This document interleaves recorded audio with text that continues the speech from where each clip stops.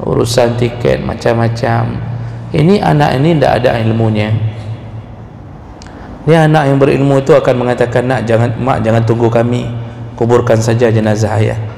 Ya, kuburkan, jangan tunggu kami nggak tahu jam berapa bisa sampai. Jadi tidak ada suruhan untuk menunggu, ya, kecuali mengendarai kendaraan. Ini normalnya. As-sunnah alla yarkab, sunnahnya seseorang mengantar jenazah itu jangan naik kendaraan, ya, baik unta, kuda, Honda, Yamaha, Suzuki, naik mobil, sebaiknya tidak dilakukan. Kenapa? Assalamualaikum warahmatullahi wabarakatuh. Banyak sekali pertanyaan jamaah, Ustadz kasih kami channel untuk kajian anak-anak muda. Di antara anak muda berasal dari Aceh, luar biasa, channelnya Maulizul Akbar Nak. Tonton, subscribe, like, share, komen. Assalamualaikum warahmatullahi wabarakatuh.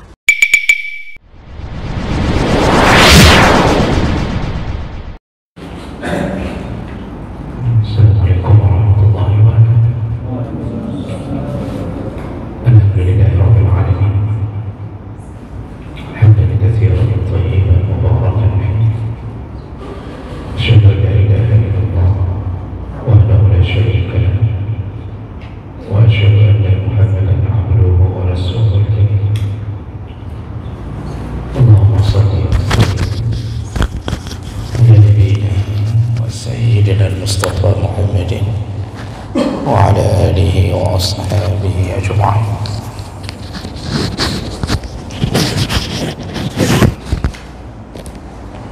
Rabbi shrah li sadri wa yassir li amri wa hlul 'uqdatam min lisani yafqahu qawli. Segala puji bagi Allah, kemudian salawat dan salam pada Rasulullah, pada keluarga dan seluruh sahabat-sahabatnya. Ya Allah, muliakan insyaAllah bapak-bapak, ibu-ibu yang telah menyempatkan waktu berhadir.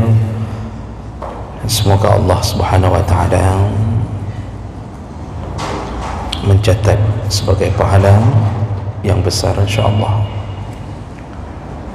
Di pertemuan yang lalu kita sudah menyelesaikan perkara-perkara yang sunnah ketika mengiringi jenazah. Nah, sekedar pengingat ulang bahwa ketika mengiringi jenazah itu ada beberapa perkara, ya. Yang pertama, disuruh percepat langkah bagi yang membawa jenazah, lalu disuruh iringi untuk mengikuti jenazah, dan ini sunnah bagi laki-laki, makruh bagi perempuan, ya. Mengikuti jenazah ke kuburan sunnah bagi laki-laki, makruh bagi perempuan. Lalu kemudian selama berjalan mengiringi jenazah disunnahkan untuk diam, tidak bicara tentang dunia. Lalu kemudian disuruh fikirkan kematian. Lalu berikutnya jenazah perempuan disuruh tutupi kerendahnya, ya, jenazah perempuan disuruh tutup kerendahnya.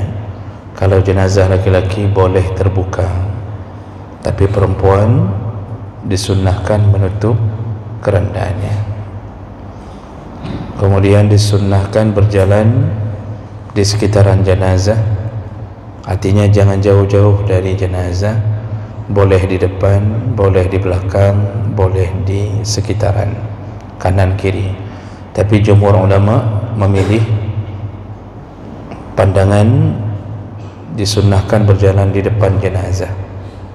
Itu pandangan jumhur ulama, kecuali mazhab Hanafi yang mengatakan sunnah berjalan di belakang jenazah.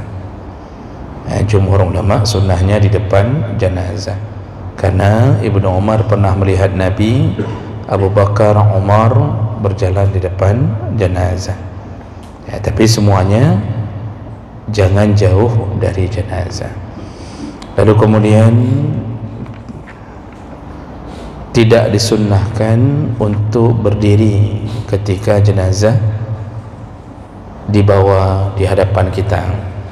Diingat kembali pelajaran minggu lalu Bapak Ibu, bahwa hadis Nabi yang menyunnahkan berdiri ketika jenazah dibawa di hadapan itu sudah dimansuh, sudah dihapuskan hukumnya oleh hadis berikutnya dari Ali bin Abi Thalib yang menyatakan Nabi menyuruh duduk, tidak lagi menyuruh berdiri. Alasannya kenapa? Karena ada hadis dari Ubadah bin Samit yang menyatakan bahwa berdiri ketika jenazah dilewatkan itu ternyata sama dengan perlakuan Yahudi. Dari hadis Ubadah bin Samit menyatakan orang Yahudi pun berdiri kalau jenazah sedang dibawa di hadapannya. Maka Nabi tidak mau sama dengan Yahudi, maka disuruhlah untuk duduk menyelisihi Yahudi. Itu hadis yang membatalkan hukum untuk untuk berdiri ketika jenazah lewat. Jadi tidak ada sunnahnya lagi untuk berdiri. Jadi kan kita misal sedang duduk sampai samping jalan, jenazah lewat, tidak berdiri pun tidak apa-apa, malah lebih utama duduk untuk menyelisihi perbuatan Yahudi. Begitu hadis yang disebutkan Nabi. Yang terakhir kita bahas yaitu jangan duduk, bagi yang mengantar jenazah, jangan duduk sampai jenazah itu diletakkan di dalam liang lahat, lalu sudah dikuburkan baru kita boleh duduk. Makruh duduk. Jadi sunnahnya berdiri. Kita sudah jelaskan minggu lalu, kita kebiasaan mengantar jenazah minta lapak aju. Begitu sampai di daerah perkuburan sudah cari tempat di bawah pohon. Ada yang duduk di atas kuburan orang, itu lebih tidak boleh lagi. Tidak boleh duduk di atas kuburan orang. Ya, maksud kuburan orang itu bukan di tepi-tepinya, tetapi di atas gundukan tanahnya. Itu tidak boleh duduk di depan, di atas kuburan orang.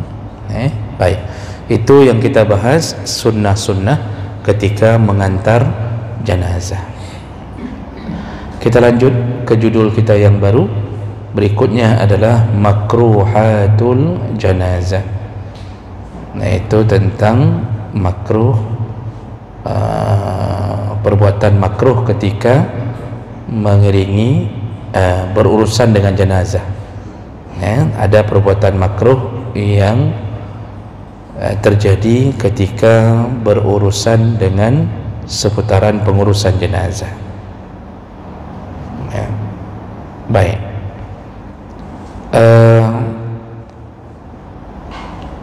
yang pertama, ta'khirus salah wad dafni. Makruh hukumnya mengakhirkan salat atau melambat-lambatkan salat jenazah dan juga sekaligus melambat-lambatkan penguburan. Makruh li ziyadatil musallin aw liyusalli alaihi jam'un azim ba'da salatil jum'ah. Bahkan makruh karena ingin menunggu agar banyaknya orang salat di hari Jumat.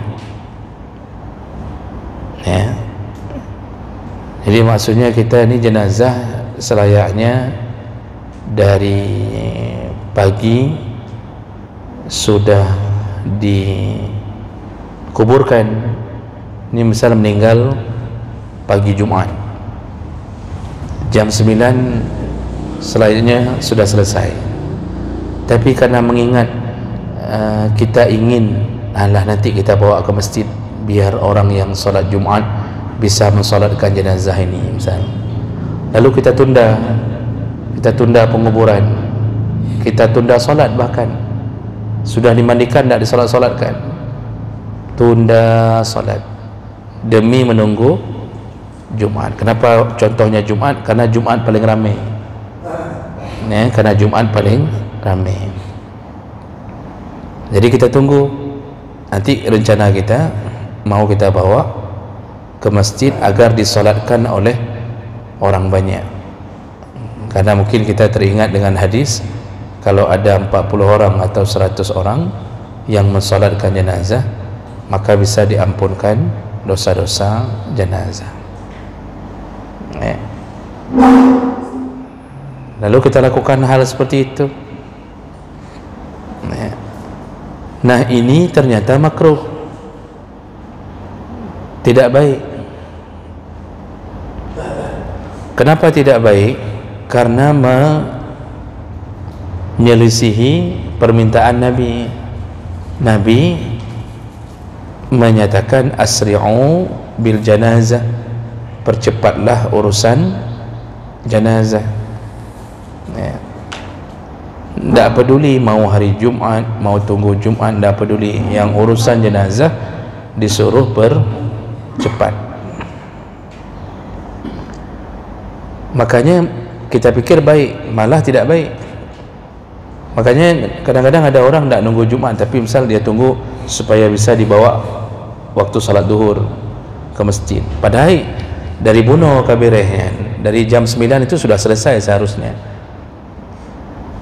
Itu bukan perbuatan baik, malah mempercepat jenazah lah yang baik. Jadi ini jangan dilakukan. Illa iza khifa futuha bisababi dafnihi, kecuali dikhawatirkan kehilangan Jumat gara-gara menguburkan jenazah. Itu baru boleh. Maksudnya jenazah baru selesai dibereskan jam 11:30.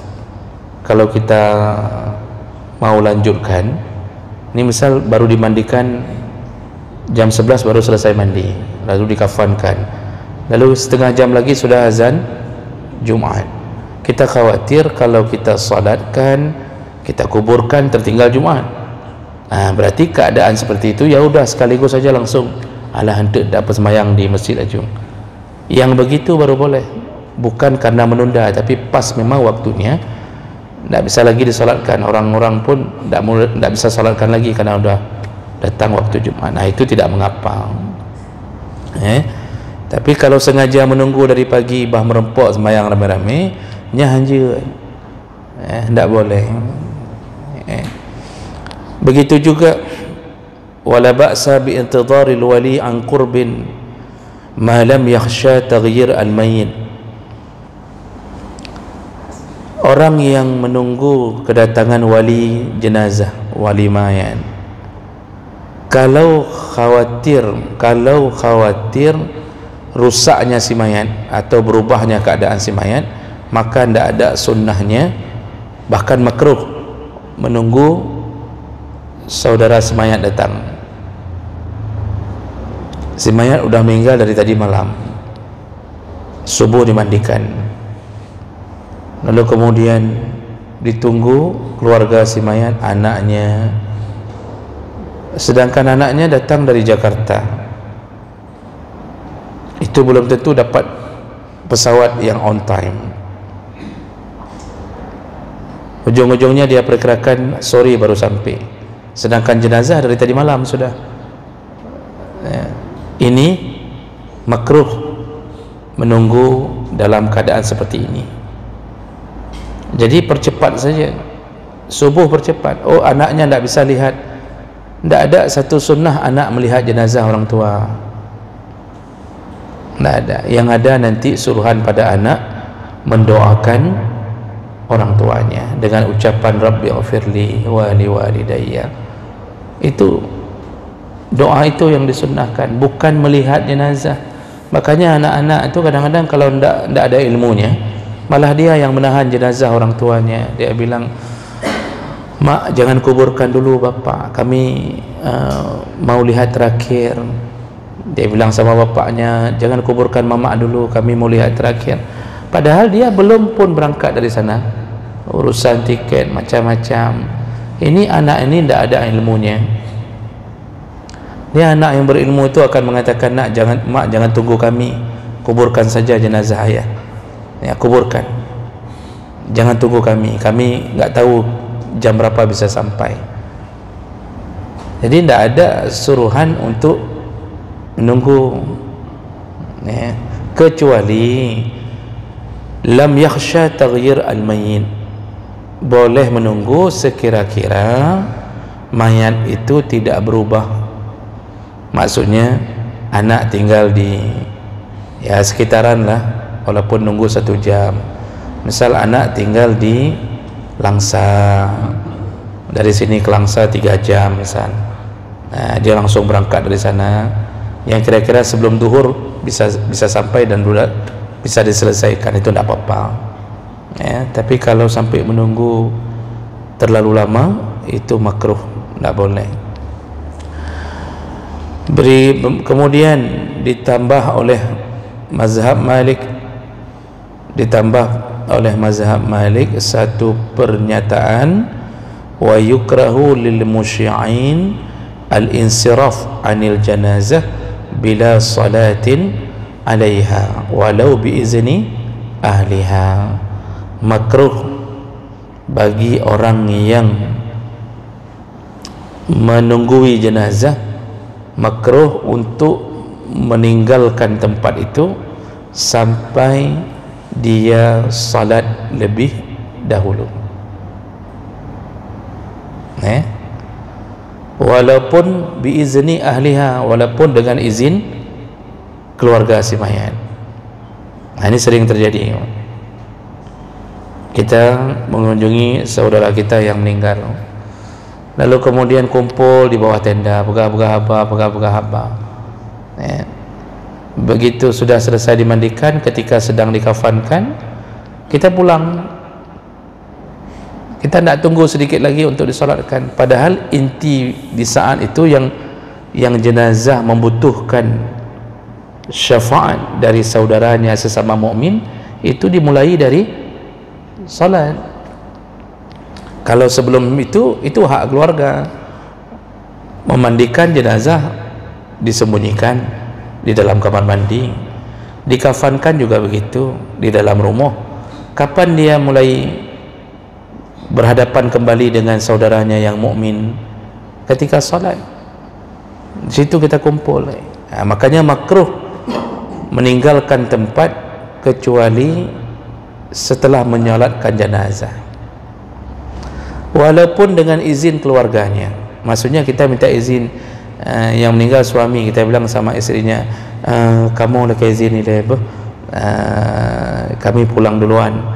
Itu makruh.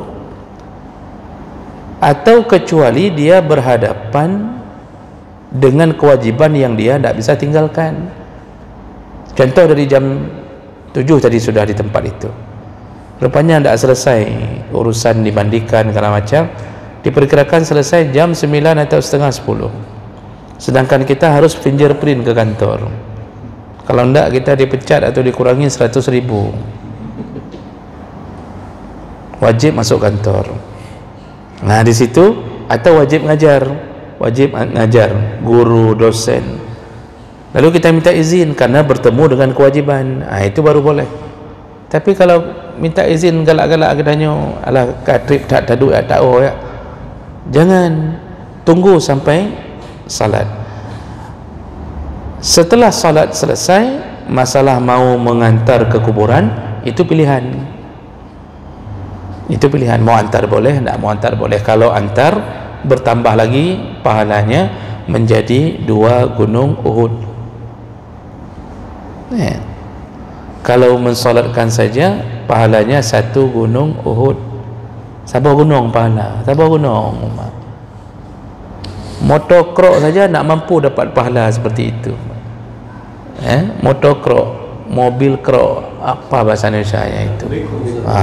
Beko nama merek sebenarnya. Merek Beko. Kadang kita orang Aceh, merek kita jadikan nama barang, kan?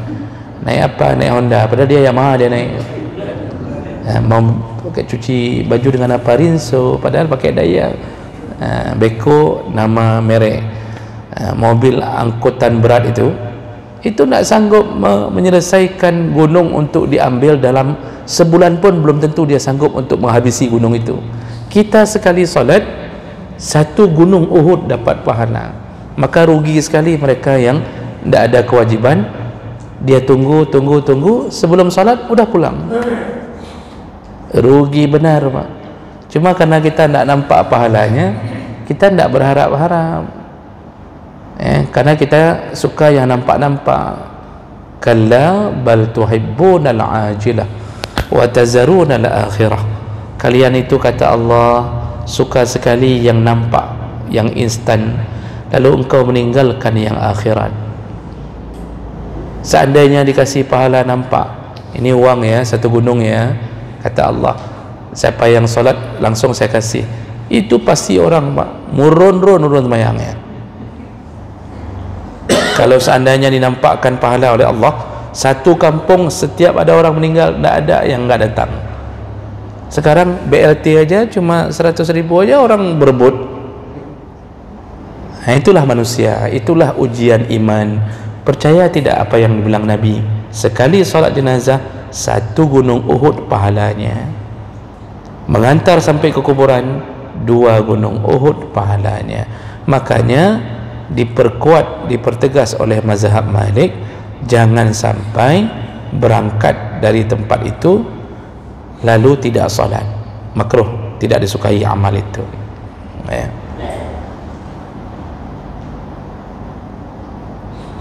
Nah, jadi kalau ada alasan baru boleh meninggalkan tempat itu.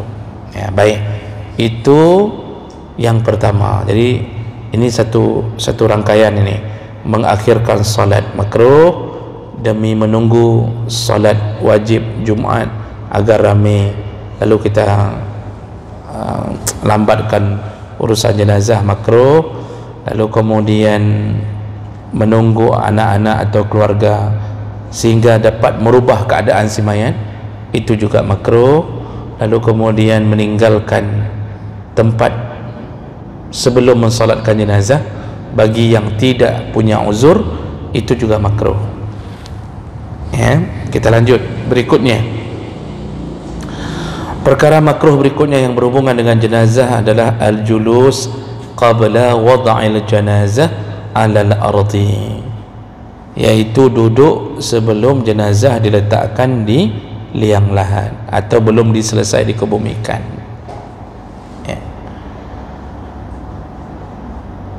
Nah, ini sudah kita bahas dalam sunnah-sunnahnya, bahwa Nabi yang mengatakan kalau engkau melihat jenazah jangan duduk sampai selesai, hatta tudha, sampai diletakkan jenazah di dalam kubur. Maksudnya sudah selesai dikuburkan baru kita duduk. Sebelum itu jangan duduk. Kalau sudah sampai ke kuburan, berdiri saja. Berdirinya pun jangan jauh-jauh. Kenapa? Kita sudah kabarkan maksud daripada amalan ini adalah kadang-kadang orang yang menguburkan jenazah membutuhkan bantuan, maka kita berdiri itu lebih cepat tanggap. Itu tujuannya. Tapi walaupun begitu, Nabi juga menyatakan jangan duduk, karena duduk itu seperti meremehkan. Kalau sudah duduk, kita kan seperti Allah, itu kerja orang itu tuh, kita duduk aja. Jadi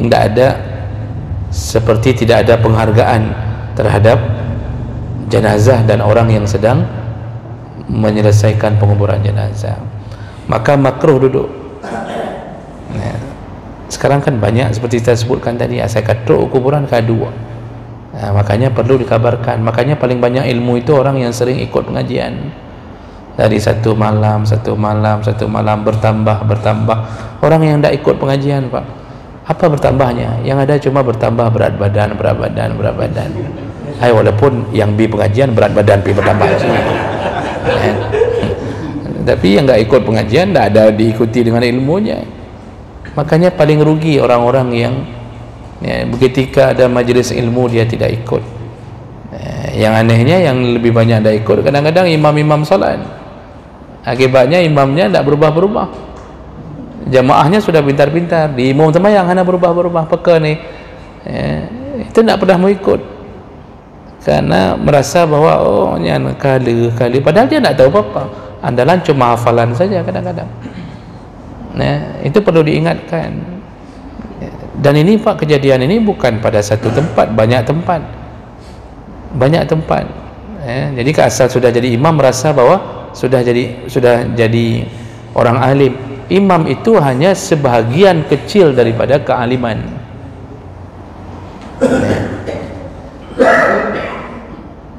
Imam Bukhari itu hafal hadis ribuan. Imam Muslim juga 9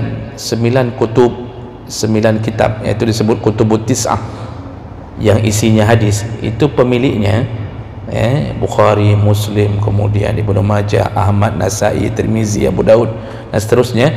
Itu semuanya orang hafal hadis semua. Tapi coba lihat, apakah mereka berani memecahkan masalah hukum? Tak berani, Pak. Pernah dengar Imam Bukhari mengatakan bahawa salat ini hukumnya begini, sunnahnya ini, kemudian dalam fikih muamalah begini? Tak ada. Semua ahlul hadis itu tak berani bicara hukum. Jadi kerjanya apa? Kumpulkan hadis, hafal. Siapa yang berani memecahkan hukum untuk umat mengetahui ini halal, ini haram? Ahli fikih, Pak. Siapa dia? 4 mazhab mujtahid, 4 mazhab itu, Imam Hanafi, Maliki, Syafi'i, Hanbali. Ini mereka hafal Quran, hafal hadis, lalu mengetahui maksud, keluarkanlah ijtihadnya. Kalau begitu, kalau kita tanya secara umum, siapa lebih alim, ahli fikih atau ahlul hadis? Ahlul fikih lebih alim daripada ahlul hadis. Kalau ibarat kita sekarang, itu ahlul hadis itu apotekernya, sedangkan ahlul fikih dokternya. Dokter cuma minta obat, mana obat? Itu mintanya ke ahlul hadis, mana hadis ini ambil, hadis ini ambil. Tapi yang meramu obat untuk jadi obat itu ahlul fikih. Makanya tidak ada kitab Imam Bukhari tentang fikih. Jadi diurung-urungnya karena tidak faham itu, dipikir kalau sudah hafal hadis alim, kalau sudah hafal Quran alim. Orang yang hafal Quran tidak tahu apa-apa isi Quran, Pak. Ahli fikih Imam Syafi'i itu bisa keluarkan hukum dari Quran. Makanya saya urung mana saya kaji hafal Quran bacut lagak su dan imam dia ngirap sudah alim, enggak mau belajar lagi, padahal cukup banyak kesalahan yang terjadi. Nya rata-rata kamalim jamaah daripada anggu imam. Itu terjadi di banyak tempat, Pak, banyak tempat. Makanya perlu diingatkan kepada semua orang bahawa belajar itu wajib, dan itu amalan yang paling disenangi oleh malaikat. Maka malaikat di mana-mana ada pengajian itu bertumpuk-tumpuk memenuhi tempat-tempat pengajian. Kenapa? Senang sekali mereka kalau orang bicara tentang Allah, bicara tentang agama, tentang Nabi, tentang hukum agama. Itu malaikat berkumpul-kumpul dan mereka berdoa. Apalagi kita dapat 2 kali lipat nih, sambil mengaji menunggu waktu Isya. Dua fadilah dapat, fadilah menuntut ilmu dan fadilah menunggu dari salat ke salat yang lain. Ini malaikat menumpuk, ini sekarang malaikat ni berkumpul di sini, penuh ni. Jadi kita nak nampak, lihat saja, padahal ada ni malaikat dengar ni sampai bapak malaikat tumpuk-tumpuk. Coba bapak lihat ke samping, malaikat tapi malaikat taklah berjerawat kali. Sudah, jadi itu makruh duduk sebelum jenazah diletakkan di dalam liang kubur dan belum diselesaikan. Kemudian yang ketiga, ini yang ketiga nih, makruh berikutnya ar-rukub. Apa itu rukub? Rukub itu naik atas kenderaan. Ketika mengantar jenazah, makruh untuk mengendarai kenderaan. Ini normalnya. As-sunnah alla yarkab, sunnahnya seseorang mengantar jenazah itu jangan naik kenderaan, baik unta, kuda,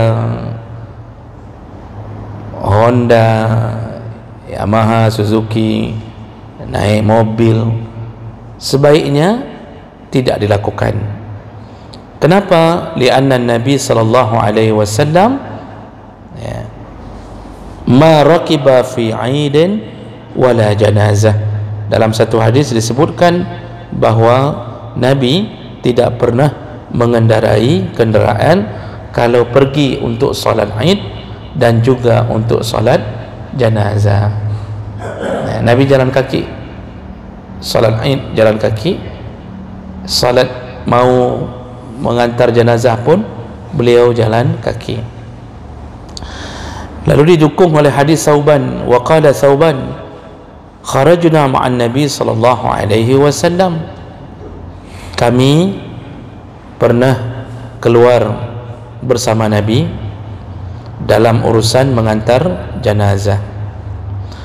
Fara'a nasan rukbanan, ketika itu Nabi melihat orang-orang ada yang naik kenderaan, ada naik kuda, naik unta untuk mengantar jenazah.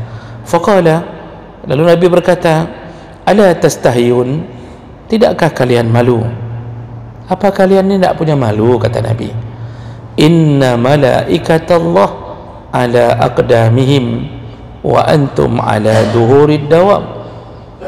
Malaikat itu mengantar jenazah ini dengan jalan kaki, sedangkan kalian naik di atas binatang kenderaan kalian. Begitu kata Nabi. Hadis riwayat Ibnu Majah, Tirmizi dengan derajat yang hasan.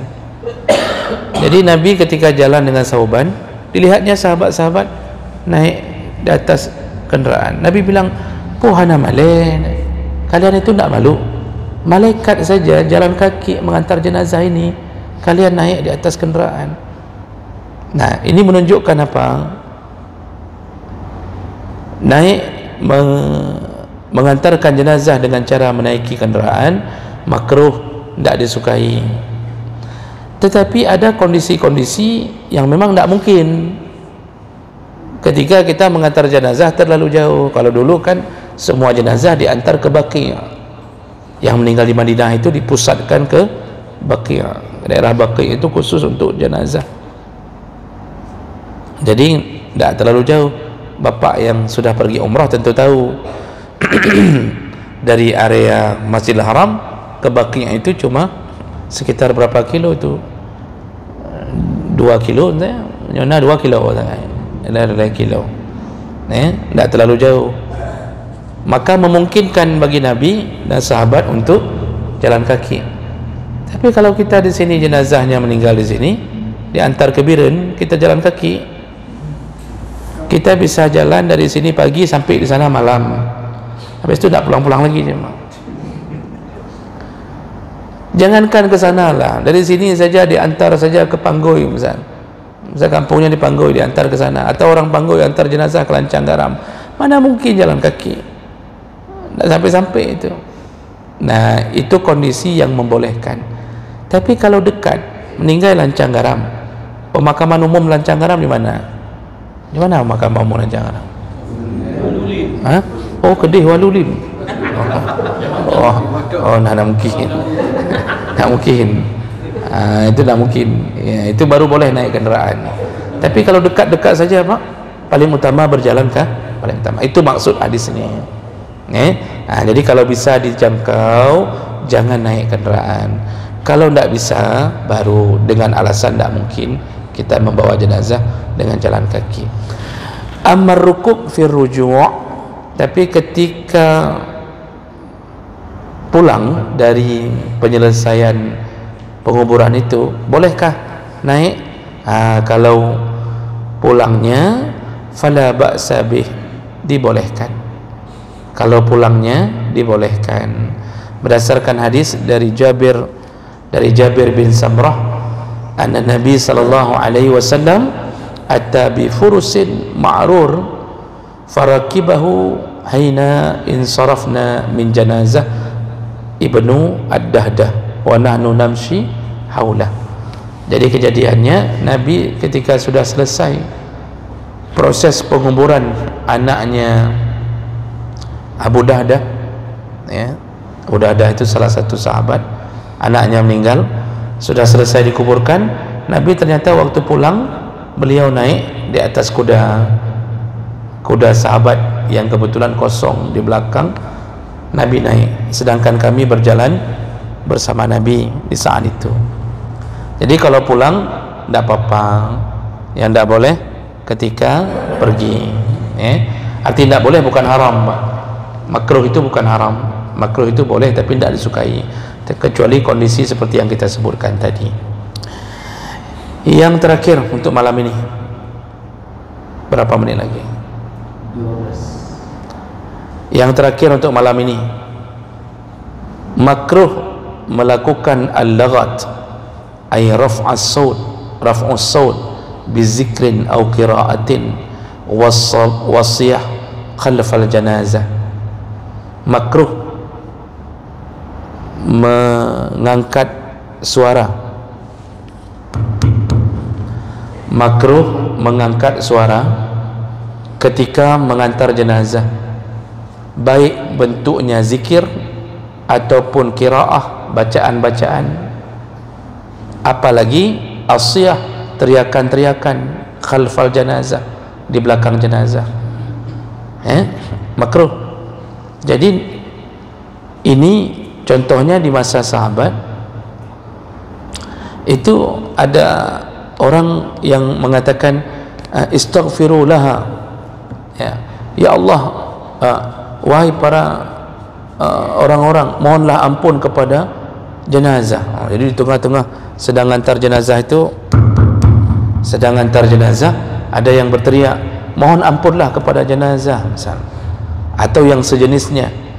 Ini semua dilarang, ya.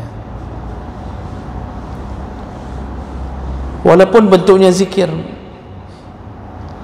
Ibnu Umar itu pernah berkata, ya, ketika ada seseorang yang berkata istaghfiru lahu ghafarallahu lakum, jadi sedang antar jenazah, ada orang yang berteriak mohonlah ampun untuk jenazah, nanti kalian mudah-mudahan diampunkan Allah. Begitu Ibnu Umar mendengarkan orang berteriak sambil mengantar jenazah dengan teriakan itu, beliau berkata faqala la ghafarallahu lak, semoga engkau tidak diampunkan Allah, semoga engkau tidak diampunkan Allah. Jadi beliau benci dengan perkataan seperti itu. Makanya yang disuruh apa ketika mengantar jenazah? As-sukut, yang disuruh diam, diam sambil menyibukkan pikiran tentang kematian. Jadi perlakuan hari ini orang antar jenazah jangan bersalawat rame-ramenya hana betul.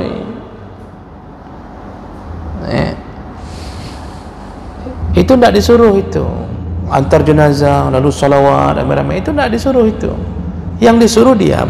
Tadi jadi malah dikuatkan dengan zikir pun tidak boleh, makruh.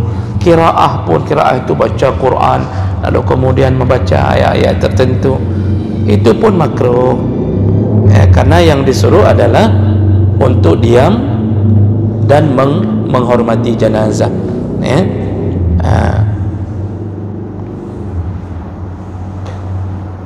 Ini dikuatkan dengan beberapa hadis selain daripada Ibnu Umar tadi. Di antaranya Qais bin Ubad berkata, kana ashabun Nabi yakrahuna raf'as saut indal janais. Sahabat Nabi paling tidak suka mendengarkan orang mengangkat suara ketika mengantar jenazah. Ini hadis riwayat Baihaqi, Ibnu al-Mubarak dalam kitab Az-Zuhdi, dan perawinya kuat.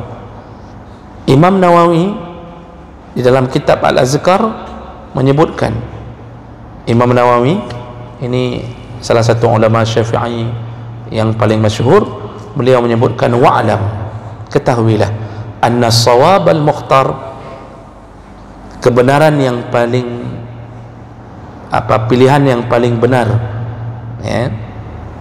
wa ma kana alaihi salaf radhiyallahu anhu as-sukut fi halis siyar ma'a janazah fala yurfa' sautu bi qira'ah wala zikr wala ghairu zalik. Kata Imam Nawawi, dari masa salaf itu 300 Hijriah ke bawah, ya, dari masa Nabi sampai 300 Hijriah, itu semua mereka diam kalau mengantar jenazah.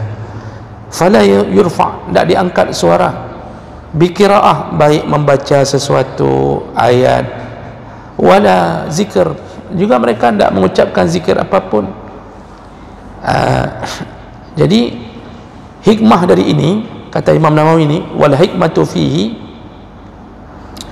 hikmahnya adalah annahu askanu li khatirihi wa ajma' li fikrihi, ya. Karena dengan diam maka orang-orang lebih bisa fokus pada tafakkur pada kematian. Orang mikir, bersedih hati, lalu dia mikir nasibnya kalau dia nanti juga jadi mayat. Jadi tidak disibukkan dengan suara-suara.